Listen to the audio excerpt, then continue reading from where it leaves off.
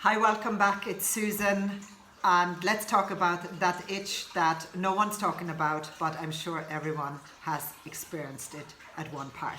It's anal itch. It's an itchy butt, and nothing worse than standing at the bus stop, being in a meeting in the supermarket, and we get this really severe itch. Now, from the start, I want to take out children. It's very common in children often that they may have worms or parasites. Go to your GP, check it out with them. So this is talking about an area and a part of our adult life that we experience this anal itch and why. So the main causes can be diet. When I personally overload on sugar, which is rare, but I do sometimes, if I had too much sugar, not enough fiber, what happens is we will get an overgrowth of Candida albicans, which is a fungus that lives in our bowels quite happily along good bacteria, but it can overgrow because it feasts on yeast and sugar and heat. As I cannot take away the heat in my gut, I can certainly reduce yeast that is, for example, in bread, or also, of course, in wine, alcohol, beer, and I can definitely reduce refined sugar in particular. What also helps us is to eat raw vegetables, not so much fruit. Fruit are okay. You don't want to starve the Candida albicans from sugar either, because it can lay dormant and come back with a vengeance.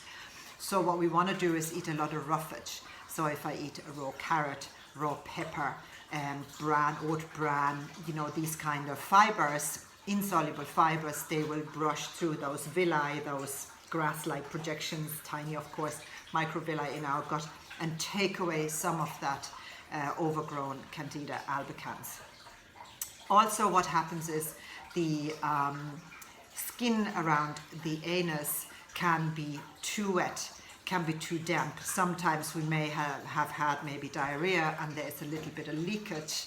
Then the skin, which is very sensitive, can become irritated, and then of course the itch, we would now maybe use harsh soaps and too much soap, or wipes, which are really the worst, wet wipes or scented wipes, perfumed synthetic washes. And as we're wiping away all the natural oils in our skin, we're irritating the skin even more. I've written a whole blog post, which I will link in this video, so you can read all the different causes and reasons we may experience anal itch. So what do I do? From experience and from also talking to my customers, who thankfully feel quite comfortable talking to me about this, it's keeping the anus dry. So after your bowel movement, or after even when you sit down urinating, bowel movement, use a unscented toilet paper. Use toilet papers without any chemicals, and then gently dry, obviously clean, even if you want to have some wetness to clean your bottom. Maybe use a little bit of water, and then sometimes I even tell people to leave a little bit of unscented toilet paper tucked into their butt cheeks for a few minutes until they know it's really dry. This area is really dry. And then apply some olive oil, coconut oil, just to lubricate this area without any synthetics or harsh chemicals. And as a wash, there's some intimate washes that are of course useful, but I would even suggest a very plain, preferably unscented Castile soap. So this is a Dr. Bronner's, this is the tea tree soap. Probably wouldn't use tea tree unless you feel there's already a bit of infection there, but these soaps are highly concentrated, so we really can dilute them well. You would just use about a half a teaspoon on a washcloth, nice warm water, have a really good wash, have a really good rinse.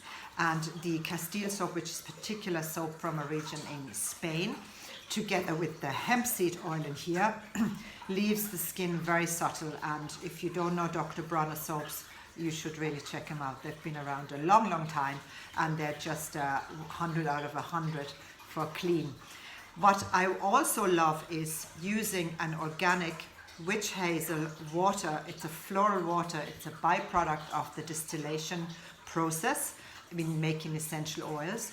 And witch hazel or hammermillis is particularly beneficial when we have maybe piles or varicose veins or veins, bulging veins also around our anus, sometimes resulting from, it could be childbirth, post-childbirth, or it could be from constipation when there's too much strain.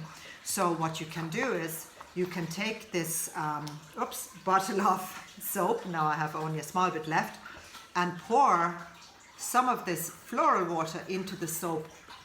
And again, depending on how much it is, it doesn't have to be an awful lot, it doesn't have to be equal amounts, and you give it a really good shake. And then again, you just use a squirt on your damp washcloth, or you can just use it on, you know, your hand, even wash your hands first, then just dab it onto your toilet paper as well, and use that as your homemade, non-toxic, non-irritating wet wipe, also leaving the natural oils intact. But the key, I think, to it mostly is, number one, talk to someone about it, don't be afraid. Number two, keep the area dry, and number three, don't use any harsh soaps, chemicals, and so on and so forth. If you like this, I'd love a like from you. That would be really appreciated. If you'd like to see more, subscribe to the channel, and I'm really happy for you to tune in. Thanks very much, and hope to see you again. Bye for now.